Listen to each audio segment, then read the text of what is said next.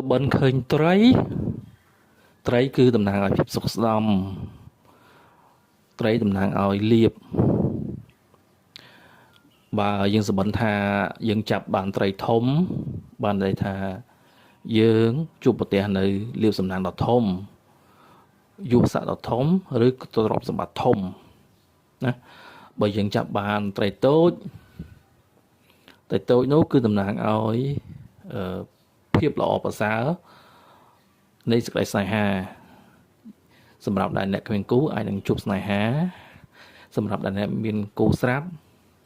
អាចនឹងជួបរឿងល្អៗនៅក្នុងជីវិតស្នេហាសម្រាប់អ្នកដែលចាប់ត្រីធំបានហើយស្រាប់តែត្រីធំនោះរួចទៅវិញពីដៃនោះបានន័យថាអ្នកបានធ្វើឲ្យឱកាសល្អកន្លងផុតហើយបើសិនជាយើងចាប់ត្រីតូចបានហើយត្រីតូចនោះក៏រួចបានសេចក្តីស្នេហាចូលប្រុងប្រយ័ត្នរឿងស្នេហាសម្រាប់អ្នកដែលមានគូស្រាប់នោះប្រយ័ត្នបែកបាក់គ្នាដោយប្រការណាមួយ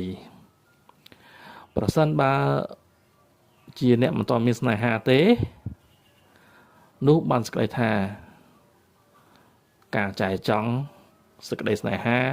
ទៅលើមនុស្សណាម្នាក់ដែលថាសម័យនេះគេហៅថាក្រាស់ហ្នឹងវាអាចជារបូតទៅបាទ